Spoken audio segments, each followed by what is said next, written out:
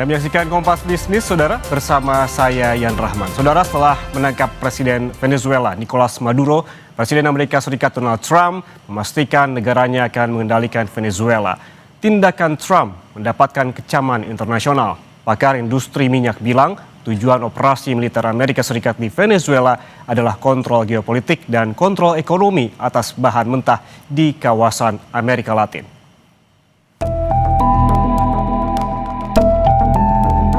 Presiden Amerika Serikat Donald Trump memastikan negaranya akan mengendalikan Venezuela setelah menangkap Presiden Venezuela Nicolas Maduro dan istrinya di kediamannya di Caracas Sabtu dini hari waktu setempat. Trump mengatakan perusahaan minyak besar Amerika Serikat akan mengelola infrastruktur dan sumber minyak Venezuela. Sebelumnya, melalui media sosial, Trump membagikan foto Nicolas Maduro ini saat ditangkap.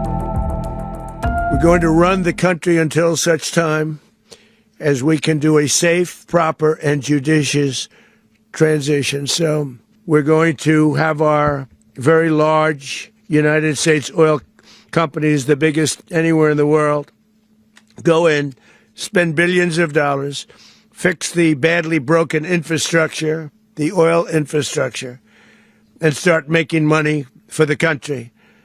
And we are ready to stage a second and much larger attack if we need to do so. Langkah Trump ini mendapatkan kecaman internasional.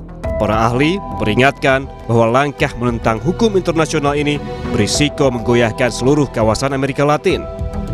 Salah satunya datang dari Presiden dan pendiri Schiller Institute, Jerman.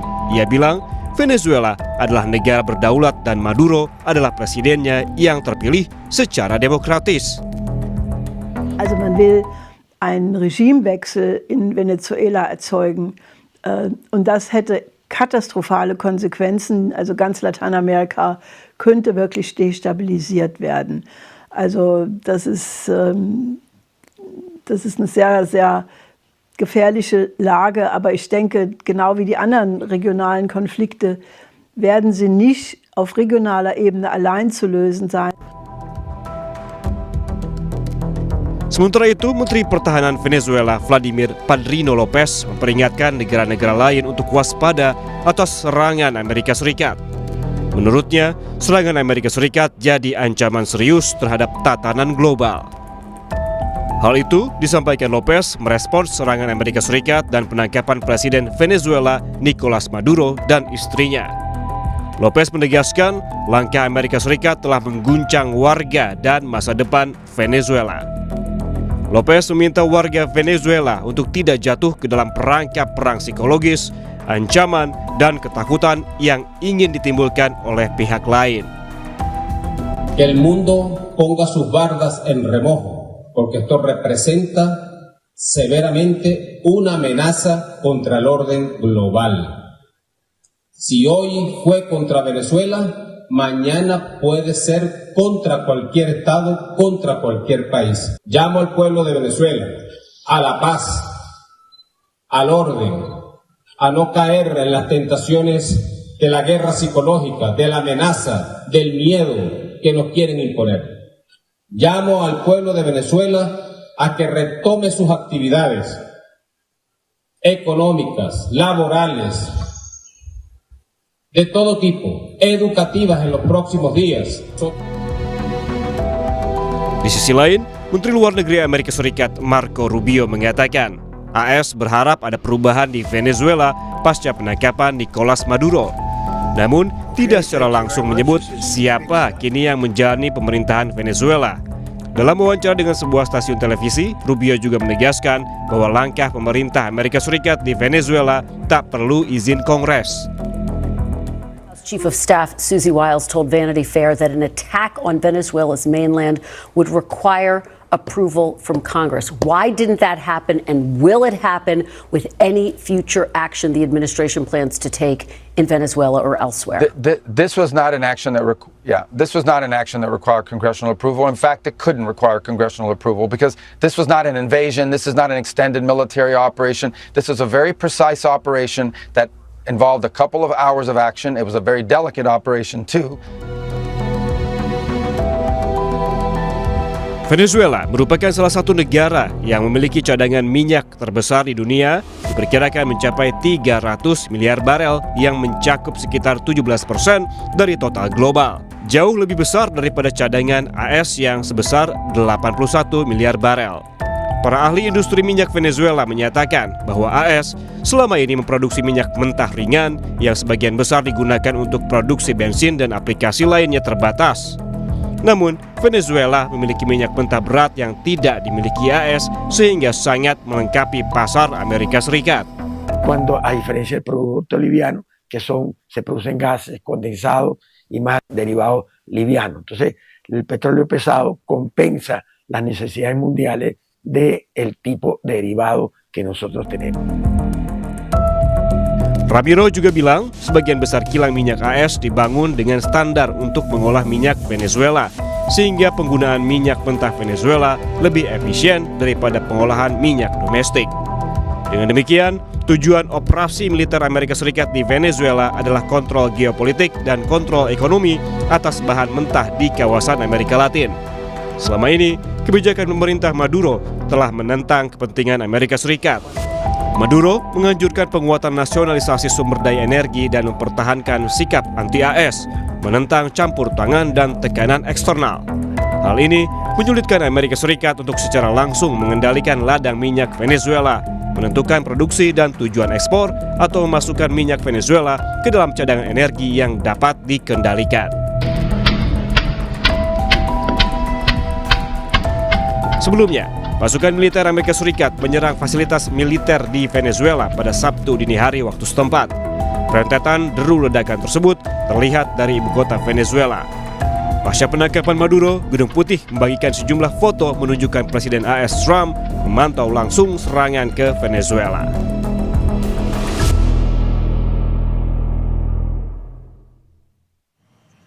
Saudara, kita langsung bahas apa saja potensi dampak penangkapan Presiden Venezuela dan rencana Amerika Serikat menguasai lewat cara ambil paksa pengelolaan minyak Venezuela. Apa pengaruhnya terhadap perekonomian global dan juga ekonomi tanah air? Kita langsung berbincang dengan Kepala Ekonom Bank Permata, Joshua Pardede. Pak Joshua, selamat pagi. Selamat pagi, Yan. Pak Joshua, ini menurut Anda ini penangkapan Presiden Venezuela oleh Trump, apakah akan berpengaruh terhadap perekonomian global? Ya, saya pikir memang dampaknya ini akan lebih terasa kepada goncangan ataupun shock kepada politik global ya, daripada goncangan ataupun shock kepada suplai minyak global. Karena kalau kita lihat berita-berita menyampaikan bahwa operasi militer yang dilakukan dan yang dilakukan oleh Amerika Serikat, ini Maduro sudah dibawa ke New York dan juga untuk proses hukum, dan Amerika menyatakan bahwa akan menjalankan Venezuela untuk sementara ya, untuk mendorong ketidakpastian arah kebijakan dan juga risiko balasan diplomatik perekonomian global. Biasanya akan muncul lewat perubahan suasana dari pelaku pasar. Jadi kalau kita melihat dari saat ini kondisi di pelaku pasar sendiri cenderung akan menahan investasi dan dia akan mencari aset-aset yang lebih aman dan akan lebih selektif lagi untuk menaruh dananya di negara-negara berkembang. Sementara itu kalau kita melihat di pasar energinya, di sisi energinya sebenarnya ketidakpastiannya ataupun risikonya relatif marginal, mengingat kalau kita melihat dari Energy Information Administration dari US sendiri mengatakan bahwa tahun ini sendiri bahwa minyak global itu akan cenderung surplus ya, di mana kalau kita melihat dari sisi harga WTI pada pagi ini sendiri mungkin masih bergerak di $57 per barel, dan di sisi lainnya harga emas ya ini naik $4.300 per troy ounce, yang artinya tadi memang ini menunjukkan tadi ada investor cenderung lebih khawatir terhadap kekhawatiran ketegangan geopolitiknya. Dan sebenarnya tadi yang kami sampaikan bahwa dampaknya kepada pasokan global minyak global sebenarnya cenderung relatif marginal, karena pasokan minyak global sendiri ini dari 2,26 juta per barel per hari hingga 2026 ini, sehingga artinya kalau kita lihat produksi global di 2026 ini bisa mencapai 100 juta per barel per hari dan juga konsumsinya 105 juta per hari. Jadi artinya memang ini belum ada kecenderungan shock ataupun kekhawatiran dari si pasokan global dari minyak global. Namun karena memang kalau kita lihat dari sisi pasokan global minyak globalnya sendiri pun juga masih bisa di-cover ya oleh produsen lainnya seperti Amerika Serikat, Arab Saudi dan juga Rusia. Oke, berarti artinya ini secara global ataupun minyak dunia masih terbilang marginal begitu pengaruhnya, lebih ke ketegangan geopolitiknya. Tapi kalau kita sebagai bisa menjelaskan secara sederhana begitu, tadi sempat dijelaskan juga di materi sebelumnya terkait dengan Trump yang bilang akan mengendalikan cadangan minyak Venezuela. Ada yang disebut minyak berat dan juga minyak ringan. Selama ini Amerika Serikat disebut lebih memiliki minyak ringan, sementara Venezuela minyak berat. Kalau kita mempertimbangkan hal demikian, sebetulnya apa untung ruginya bagi Amerika Serikat dengan menguasai cadangan minyak dari Venezuela? Ya, memang karena Venezuela sendiri kan tadi sampaikan bahwa memiliki cadangan yang cukup cadangan minyak berat itu sekitar 303 miliar barel.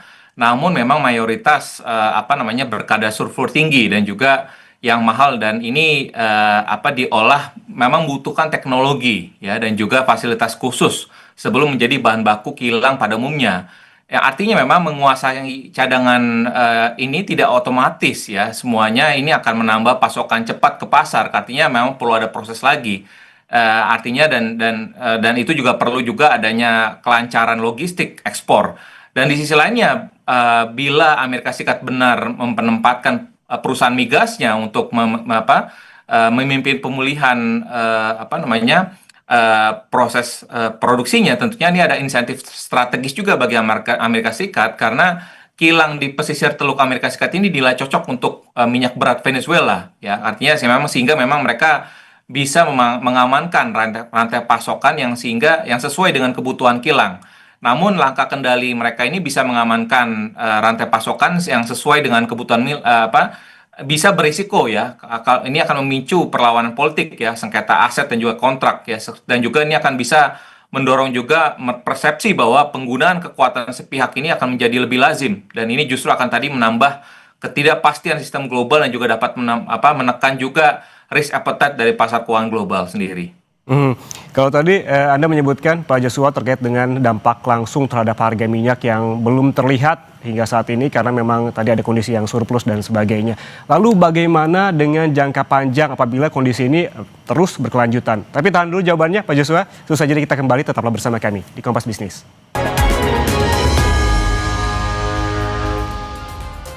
Anda masih bersama kami di Kompas Bisnis, Saudara, dan kita lanjutkan perbincangan bersama Kepala Ekonom Bank Permata, Joshua Pardede, soal dampak ekonomi pasca penangkapan Presiden Venezuela Nicolas Maduro dan juga istri oleh Presiden Amerika Serikat Donald Trump. Pak Joshua, tadi kita sempat terpotong gitu terkait dengan pertanyaan dampak langsung terhadap harga minyak yang masih belum terlihat. Lalu bagaimana dengan jangka panjang apabila memang kasus ini berkepanjangan?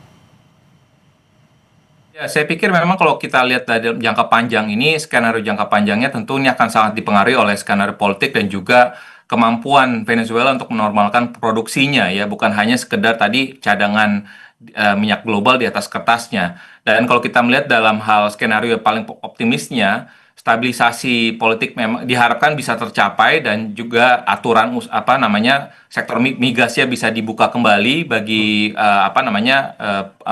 dan lalu juga produksi bisa pulih lagi bertahap ya menuju sekitar 2,5 juta per barel dalam beberapa tahun ke depan. Dan juga salah satu perkiraan juga menyebutkan bahwa pemulihan itu akan berpotensi juga menurunkan harga minyak global ya sekitar 4%, seiring tadi tambahan pasokan untuk meningkatkan juga pasokan ataupun memperlebar surplus dari globalnya sendiri. Namun juga memang kita juga perlu mengantisipasi juga bagaimana aliran investasi dan juga pemulihan produksi ini dapat juga memakan waktu berbulan-bulan ya, karena atau juga mungkin bisa bertahun-tahun karena tadi butuh jaminan keamanan, kepastian aturan, dan juga perbaikan infrastruktur, kerangka penerimaan negara yang juga make sense bagi investor sehingga akan bisa masuk ke berinvestasi. Sebaliknya kalau kita melihat tadi kalau transisi politiknya ini mandek atau tidak atau malah jadi berubah menjadi perebutan kekuasaan, artinya pasar minyak global ini akan cenderung kembali akan menilai bahwa gangguan Venezuela ini akan menjadi sebagai isu pinggiran, artinya sehingga dampaknya pada harga minyak mentah global pun juga tetap akan relatif kecil. Sementara tadi ketidakpastian geopolitiknya ini tetap akan bisa menekan pasar keuangan global, khususnya pasar keuangan domestik kita. Oke, kemudian Pak Joshua, ini ada klaim begitu dari Presiden Amerika Serikat Donald Trump yang menyebutkan bahwa perombakan industri minyak Venezuela yang dipimpin oleh Amerika ini akan membuat Venezuela jadi pemasok minyak yang lebih besar di masa depan. Menurut Anda ini bagaimana? Ya, saya pikir ini bisa saja benar, tapi memang syaratnya berat dan juga waktunya panjang ya. Jadi kalau kita melihat memang tadi, kalau dalam hal produksi Venezuela sendiri kan 3,5 juta barrel per hari, dan juga ini sudah merosot ya, merosot hingga di tahun 2023 itu 742 ribu per barel per hari. Artinya memang kontribusinya terhadap produksi global pun juga relatif kecil ya dibandingkan dengan Arab Saudi, Iran, dan juga Irak.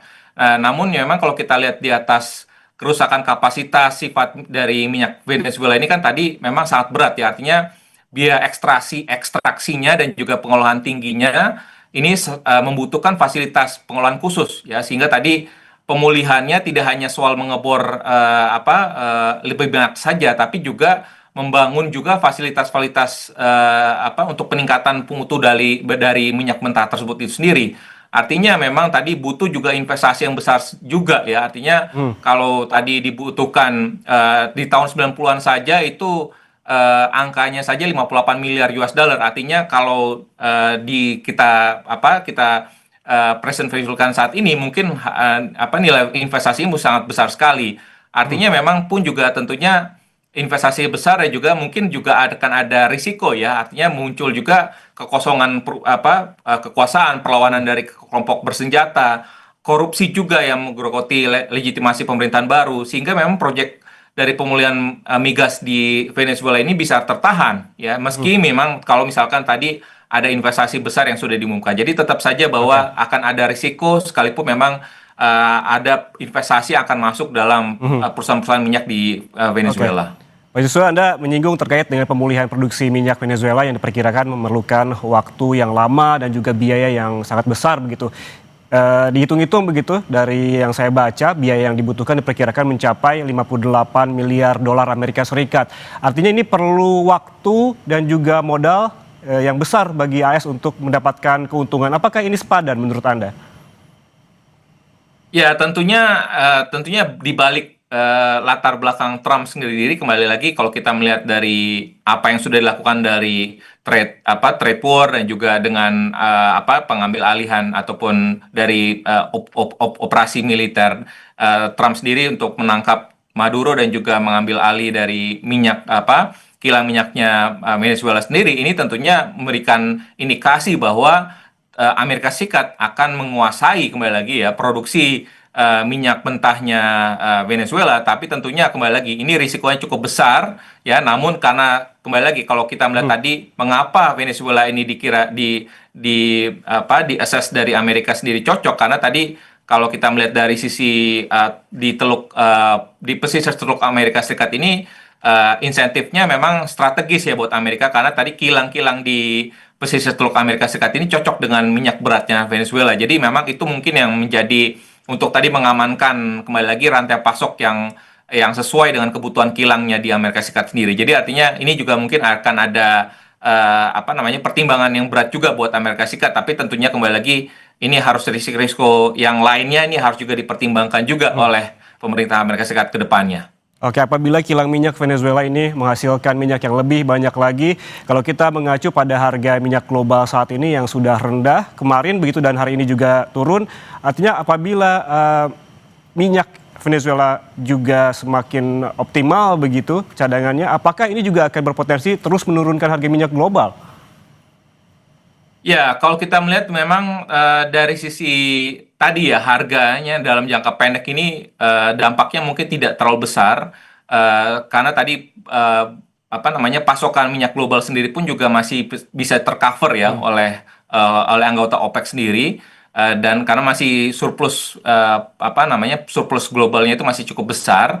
Artinya selama tidak ada lonjakan permintaan ataupun tidak terjadi pemangkasan global, produksi global yang signifikan, tentunya masih terjadi surplus, sehingga ini tidak memberikan tekanan kepada ataupun tidak terjadi mendorong kenaikan harga minyak global. Namun kembali lagi tadi yang sudah kami sampaikan bahwa kalau kita melihat dalam jangka panjang, menengah panjangnya tentunya ini akan sangat dipengaruhi tadi oleh bagaimana perkembangan politik di Venezuela sendiri ya, dan juga tadi bagaimana proses pengembangan investasi kilang minyak di Venezuela sendiri ke depannya. Karena kalau tidak ada pengembangan yang cukup berarti, karena kalau kita lihat tadi supply ataupun dukungan ataupun kontribusi dari produksi minyaknya dari Venezuela sendiri sebenarnya terhadap produksi global itu relatif kecil gitu ya, sehingga makanya ini diperlukan tadi support juga dari Amerika Serikat ataupun investasi dari luar, sehingga tapi tentunya dengan cara-cara yang sewajarnya tentunya, bukan hanya dengan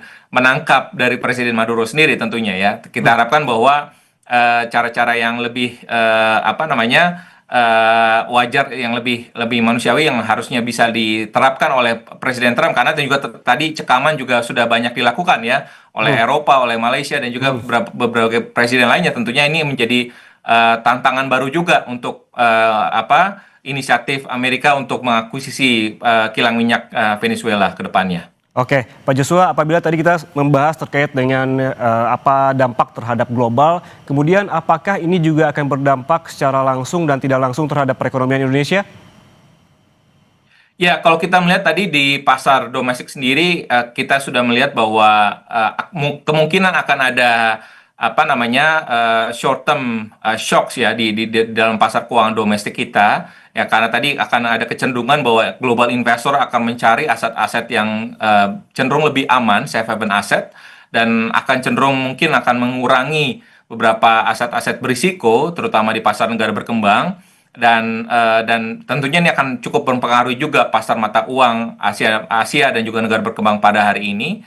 Dan juga kalau kita melihat memang ada potensi kenaikan juga dari imbal hasil surat utang pemerintah Amerika Serikat yang juga mungkin akan merefleksikan juga kenaikan surat utang pemerintah Indonesia dalam jangka pendek ini. Tentunya ini akan juga memberikan tekanan bagi perekonomian Indonesia. Namun kembali lagi, kalau kita melihat dalam hubungan langsung ya, diplomatik langsung ataupun hubungan perdagangan antara Indonesia dan Venezuela sebenarnya tidak begitu besar. Namun kita perlu mencermati lagi bagaimana dampaknya tadi kepada pasar keuangan, di pasar saham, pasar obligasi dan juga nilai tukar, dan juga kemungkinan juga pasar saham yang kepada saham-saham sektor yang sensitif terhadap suku bunga ataupun pembiayaan, sehingga memang ini juga dan juga pasar akan terus mengikuti atau akan membaca bagaimana pemulihan Venezuela sebagai tambahan pasokan minyak dalam jangka menengah. Ini akan menjadi sentimen untuk mendukung aset-aset berisiko ke depannya. Ya, meskipun memang tentunya ini akan masih diwarnai juga oleh ketidakpastian arah kebijakan Amerika Serikat selama di bawah pemerintahan Presiden Trump. Oke, ini kalau kita lihat pasar saham juga baru dibuka 12 menit lalu, kita belum bisa mengecek bagaimana pergerakannya begitu yang terbaru seperti apa, dan juga apakah betul-betul berpengaruh terhadap pasar saham di Indonesia, karena memang pengumuman dari ataupun tindakan dari Amerika Serikat ini terjadi pada hari Sabtu lalu di mana pasar saham Indonesia ini masih tutup begitu. Proyeksi Anda akan seperti apa terutama di pasar saham? Ya, kalau kita melihat pembukaan pagi ini sebenarnya dibuka sedikit menguat ya, surprisingly ya. Karena tadi mungkin ada dampaknya cenderung tidak begitu besar. Namun kita perlu mencermati juga bagaimana dampaknya kepada pasar obligasi yang tadi kami sampaikan, bahwa imbal hasil surat utang pemerintah Indonesia di pagi ini naik 4 basis point. Lalu juga kita melihat dari sisi nilai tukar rupiah pun juga kecenderungannya pun juga melemah tipis pada perdagangan pada pagi ini ya, ke level 16.734 per dolarnya, sehingga memang tentunya risiko di geopolitik di Amerika bagian selatan ini tentunya masih akan menjadi tantangan ataupun risiko di awal tahun ini, dan juga risiko di geopolitik di Asia Timur tentunya ini tetap akan menjadi geopolitical risk buat pasar keuangan global dan juga pasar keuangan domestik di tahun ini, sehingga tentunya pasar akan terus mencermati tentunya dari risiko globalnya masih akan tetap menjadi isu sentralnya, dan tanpa juga mengindahkan juga tantangan ataupun challenge dari ekonomi domestik kita. Ya, ini juga harus kita cermati juga bagaimana pemerintah merespon dari gejolak globalnya ini, dan juga bagaimana arah-arah dari kebijakan moneternya untuk merespon pergerakan dari nilai tukar rupiah ke depannya di tengah ketidakpastian geopolitik yang masih tetap ada di awal tahun ini. Oke. Terakhir, Pak Joshua, menurut Anda apa antisipasi yang perlu dilakukan oleh pemerintah kita jika tindakan Amerika Serikat ini berimbas kemana-mana ataupun berlaku secara jangka panjang?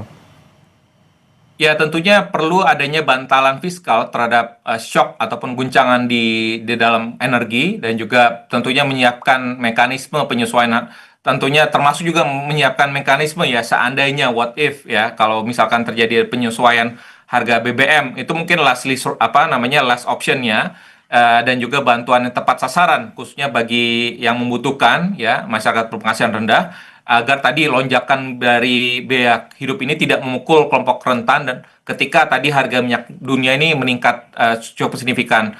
Yang kedua tadi adalah memperkuat ketahanan dari nilai tukar rupiah ya, tadi memperkuat koordinasi kebijakan dari bank sentral juga pemerintah, menjaga kecukupan devisa, likuiditas, serta juga memperkuat juga komunikasi kebijakan yang konsisten ya, agar tadi gejolak di sentimen ini tidak berubah menjadi kepanikan. Yang ketiga tadi adalah mengurangi kerentanan struktural pada impor energi dengan mempercepat juga efisiensi konsumsi dan juga memperbaiki tata kelola dan juga investasi energi domestik, dan juga memperkuat cadangan operasional, karena memang kalau kita lihat ketergantungan impor ini membuat tadi setiap ada gejolak global ini cepat akan masuk ke dampaknya kepada inflasi di juga APBN kita. Yang terakhir adalah bagaimana pemerintah juga dapat memperdalam basis investor domestik di pasar keuangan kita, agar tadi setiap ada gejolak terjadi ini pasar kita ini dengan penyangga domestiknya bisa lebih kuat dan lebih stabil untuk karena kalau kita ditopang oleh investor domestik, tentunya resiliensi dari pasar keuangan kita dan juga perekonomian kita akan lebih kuat lagi untuk bisa mendukung